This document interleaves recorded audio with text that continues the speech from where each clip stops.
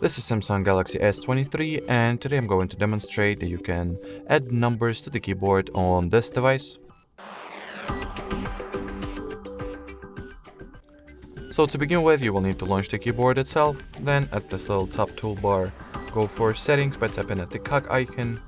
In here you'll also will need to go for the layout category.